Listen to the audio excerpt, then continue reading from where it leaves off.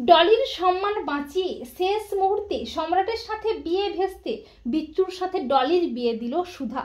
হ্যাঁ বন্ধুরা, আমরা এমনটাই দেখতে পাবো শুভ বিবাহ ধারাবাহিকের আগামী পর্বগুলোতে।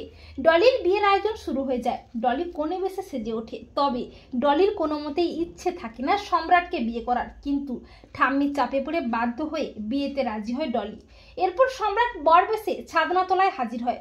সম্রাটের বাবাও আসে, আর সুধা প্ল্যান করে সম্রাটের বাবার মুখোশটা টেনে খুলে দেয় সবার সামনে। সুধা বুঝিয়ে দেয় যে পণ নেওয়াটা অপরাধ, অন্যায়, কিন্তু ঠাম্মি সম্রাটের বাবার অন্যায়টাকে প্রশ্রয় দিয়ে সমর্থন করে ডলির বিয়ে দিতে চায় সম্রাটের সাথে। সম্রাটের বাবা ফ্ল্যাট বাড়ি দাবি করে, আর ঠাম্মিও অন্যায় সমর্থন করে রাজি হয় ফ্ল্যাট বাড়ি দিতে। এরপর সম্রাটের সাথে ডলি বিয়ের পিঁড়িতে বসে, কিন্তু হঠাৎই ডলির লেহেঙ্গাটা ছিঁড়ে যায়। তখন সম্রাট ও তার বন্ধু বান্ধবেরা সবাই হাসতে থাকে ডলিকে নিয়ে, যদিও সুধা এসে ডলিকে অসম্মানের হাত থেকে বাঁচায়। ঠাম্মি বলে, বিয়ের পিঁড়ি থেকে উঠবে না। সুধা, তুমি গাঁটছড়াটা বাঁধো।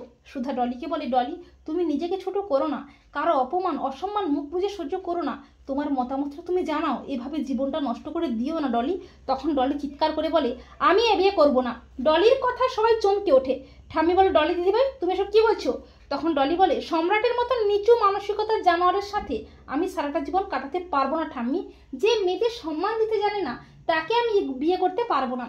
সুধা বলে, ডলি যাকে পছন্দ করে তার সাথেই বিয়ে হবে। সুধা বলে, ডলি তুমি বলো, তুমি কি কাউকে পছন্দ করো? তখন ডলি বলে, বৌদি আমার বিচ্ছুকে পছন্দ, ওকে আমি ভালোবাসি, ওর সাথে আমি সারাটা জীবন কাটাতে চাই। এরপর সুধা বুঝতে পারে ডলি ও বিচ্ছু দুজন দুজনকে পছন্দ করে। সুধা সেই লগ্নে সেই মণ্ডপে ডলির সাথে বিচ্ছুর বিয়ে দেয়। ডলি ও বিচ্ছু 4 হাত 1 করে দেয়। তো বন্ধুরা, তোমরা এটাই চাও তো যে ডলির সম্মান বাঁচিয়ে শেষ মুহূর্তে সুধা যেন বিয়ে ভেস্তে বিচ্ছু ও ডলির 4 হাত 1 করে দেয়?